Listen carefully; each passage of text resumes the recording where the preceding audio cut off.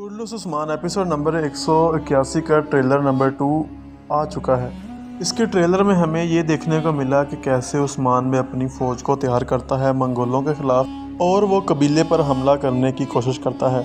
इससे पहले वो अपने बेटे को गले से मिलता है और कहता है कि बेटा दुखी मत होना, तुम्हारी माँ ने शहादत का रुतबा हासिल किया है और मुझे भी उसका बहुत गम है, लेकिन हम इसके गम को अपनी कमज़ोरी नहीं बनाएंगे और हम उसकी मौत को ऐसे रायगा नहीं जाने देंगे और अफसोस में नहीं रहेंगे।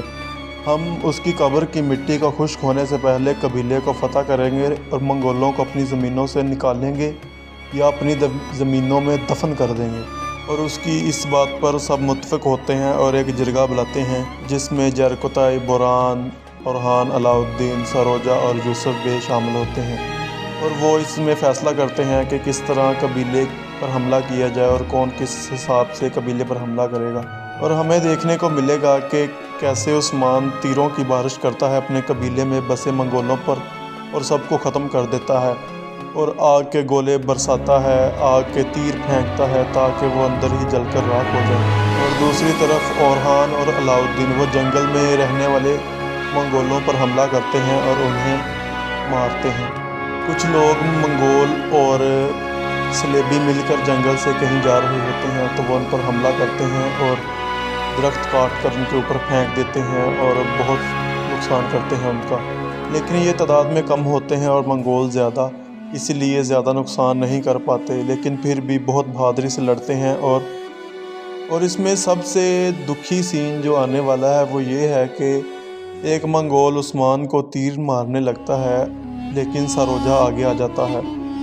सरोजा ने उस्मान पर बहुत एहसान किए हैं और सबसे बेहतरीन करैक्टर हमें वो दिखाया गया है। सरोजा ने बहुत तकलीफ़ें बर्दाश्त की उस्मान बे के लिए।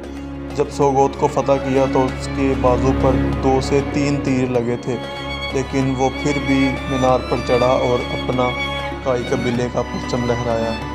और इससे पहले जब सोगोत पर हमला होता है सोफिया और लोकास का, तब भी लोकास उसके सीने में खंजर घोंप देता है। उसके बाद फिर अब इस एपिसोड में जब उस्मान के ऊपर तीर लगने लगता है तो वो सामने आ जाता है, तीर उसकी कमर में लगता है और वो गिर पड़ता है। सरोजा ने उस्मान बे की जान बचाई अपनी जान देकर। और फिर जो बेगम खातून और अलबाए हैं वो एक साथ हो जाते हैं और उस्मान बे को पकड़ने की प्लानिंग करते हैं। बेगम खातून कहती है कि मैंने उस्मान बे को तारीख का सबसे बड़ा धोखा दिया है जिससे वो कभी दोबारा उठ नहीं पाएगा। ये इतना बड़ा उसको नुकसान हुआ है कि उस्मान बे कभी नहीं भूल पाएगा कि उसके साथ ऐसा किसने किया और क्यों किया। वो कहती है कि मुझे उस्मान से प्यार था और बाला ने इसमें आकर रुकावट डाली।